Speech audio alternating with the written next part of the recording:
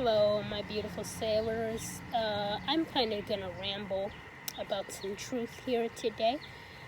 I'm gonna try and make a video like this at least maybe once a day, maybe every other day. I'm not sure. But we're gonna talk some truth here on this channel. And today I'd like to primarily talk to my people, my Afro-American people, brothers, sisters, and non-binary misters. And I'd like to talk about the fact that for whatever reason that I'm sure has roots in slavery, we somehow feel it is wrong to discuss our mental health.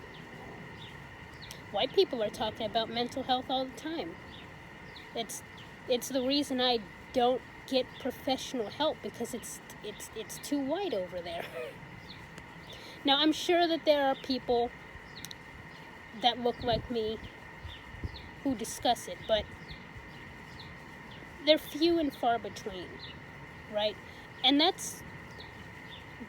is hurting us rather than helping any of us move forward and do better for the next generation. I was watching a video on here just last night.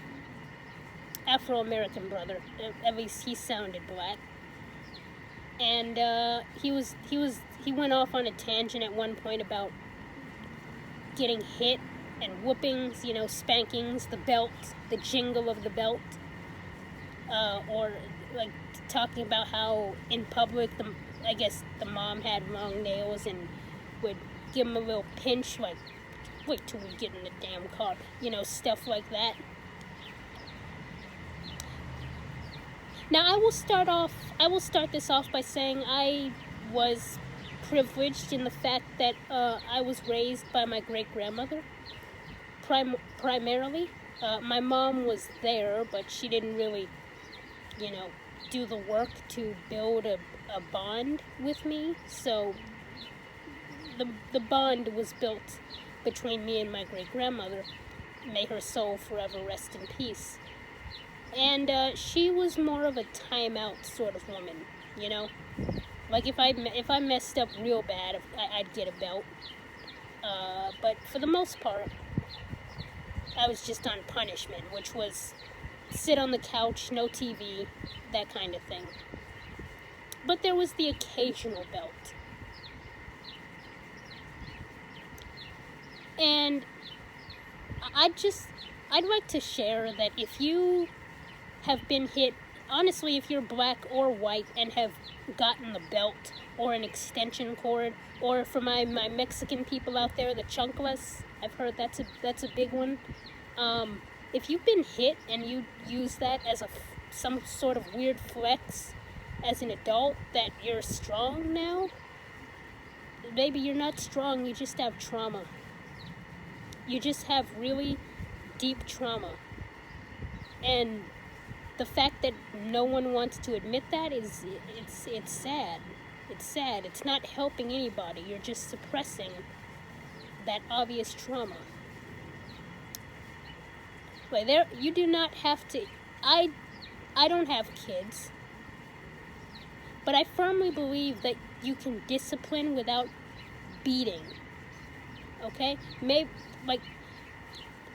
I'm willing to watch someone's kids prove that you don't need to hit to correct. Like, if anyone out there is willing, in Chicago to do that, to bring it on, I'm down. But I don't believe you need to hit to correct, okay? People,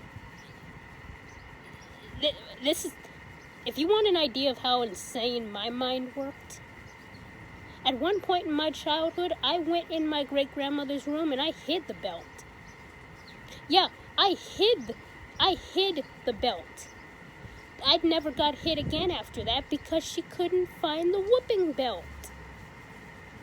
That's how my mind thought at the time. this ain't right. I'm not letting this happen anymore. And I acted upon that energy. And it's just sad that people who have been through that, who have gotten the whoopings, don't want to admit that it is what it is, which is trauma. And when it comes back to black people and this weird stigma about not wanting to discuss our mental health, that's not going to help any of us. All right, that's not going to help any of us do better in the future. When I was 17, my great-grandmother, like I said, the woman who raised me, she passed from Alzheimer's in our own home, in the bedroom next to mine. Okay? 2 weeks before I was supposed to start my senior year.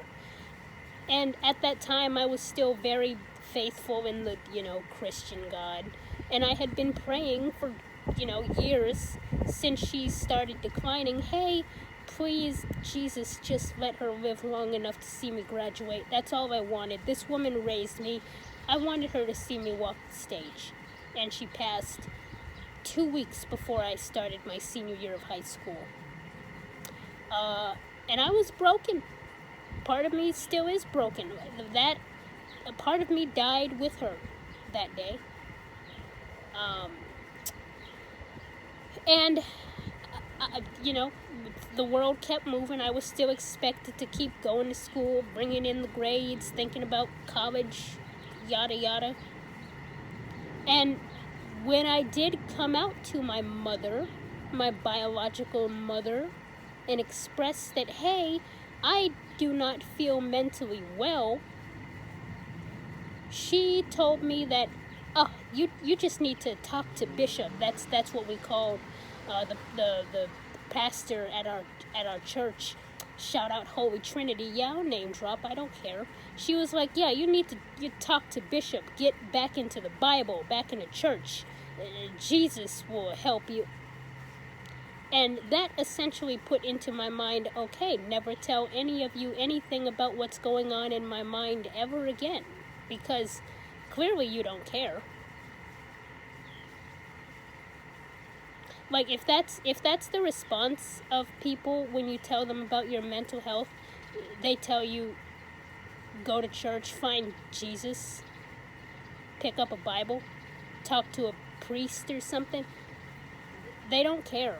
Because they're suppressing their own shadows. And it's like a shaken soda bottle, right? There's pressure in there.